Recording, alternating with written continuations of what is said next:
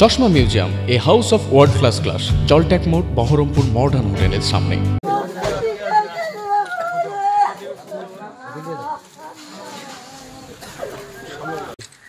তার সঙ্গে দীর্ঘদিন ধরে যে কাজ করেছেন আমাদের প্রিয় সরাসরি এই মুহূর্তে বিভিন্ন আদেশ বিভিন্ন সময় পালন করার চেষ্টা করেছেন অত্যন্ত ভদ্রভাবে। অরূপ কুমার রায় সঙ্গে যে কাজ করেছেন, দীর্ঘদিন ধরে কাজ করছেন এবং তার মৃত্যুতে শোকাহত। তার উদ্যোগে যে কলকাতা থেকে ময়নাতদন্ত সম্পূর্ণ হওয়ার পরে তিনি আইসি অরূপ কুমার রায় তিনি নিরালঙ্গের ফুল দিয়ে শ্রদ্ধা জানাচ্ছেন।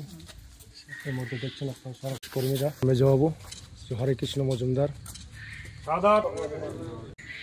লাইন করে দেরি হয়ে যাবে, একে একে চলে আসে, তার পিছু পিছু লাইন দিয়ে একে একে প্রত্যেকে তার চিকিৎসা অবস্থায়। মর্মান্তিক খবরের কথা আগে সবাই জেনেছি।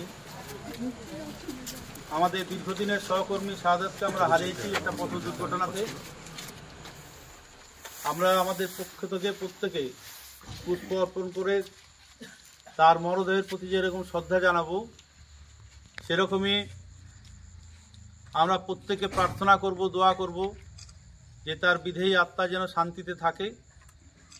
এবং সাথে সাথে আমার যেটা বলবার, যে আজকে আমাদের যারা আছি প্রত্যেকের কাছে আমাদের একটাই শপথ নিতে হবে যে এই ধরনের মর্মান্তিক ঘটনা যাতে আমাদের এই হরিয়াপাড়া থানায় আর কোনোদিন দেখতে না হয়। হরিয়াপাড়া কেন, কোনো থানাতে আমরা দেখতে চাই না এইভাবে আমাদের একজন সহকর্মীর অকালে চলে যাওয়া। এই যে পথ দুর্ঘটনার শিকার হতে হলো, আমরা প্রতিটা মুহূর্তে যারা থানার কর্মীরা রয়েছি, সিভিক হোক, ভিপি হোক, কনস্টেবল, হোমগার্ড, এনবিএফ, আইসি, সাব ইন্সপেক্টর, এএসআই, যেই হোক না কেন, আমাদের প্রতি মুহূর্তে পথে চলতে হয়, বিভিন্ন ধরনের ডিউটিতে আমাদের যেতে হয়।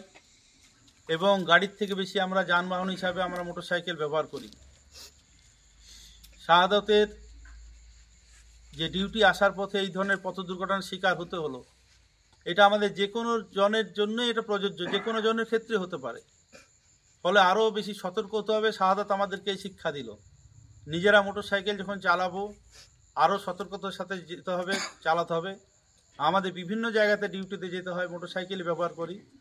হেলমেট, যে কথা আমরা পাবলিককে বলে থাকি, হেলমেট যেন প্রত্যেকে পরে থাকে। সেদিন কিন্তু শাহাদাতের হেলমেট পরা ছিল, তা সত্ত্বেও তার আঘাত এতটাই বেশি ছিল যে তার প্রাণকে আমরা কিন্তু বাঁচাতে পারলাম না।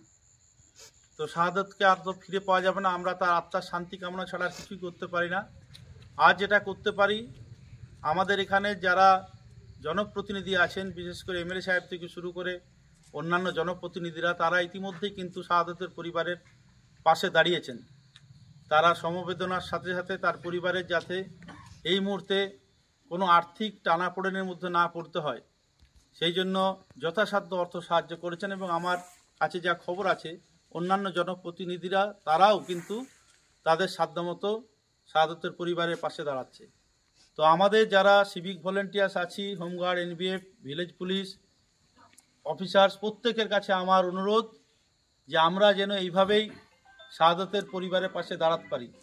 আপনাদের যার যেটুকু সাধ্য আছে, আগামীকাল আপনারা একটা করে খামের মধ্যে, আমি ওপেন বলছি না, কারোর কোনো নাম লেখার ব্যাপার নেই, কোনো জানানোর ব্যাপার নেই, যার যতটুকু অর্থ সাহায্য করার ক্ষমতা আছে আপনারা মেজবাবুর হাতে, সাব ইন্সপেক্টর আমাদের হরেকৃষ্ণ বাবুর কাছে কালকে জমা করে দেবেন। যে যা পারবেন, বলার কিছু নেই, খামে করে দেবেন। কেউ কারো দেখতেও পাবে না, জানতেও পারবে না।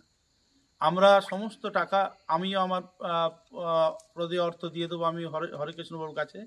সেটা আমরা আগামীকাল বা পরশুর মধ্যেই তার পরিবারের হাতে তুলে দিতে চাই। এটাই আজকে আমার বলার ছিল।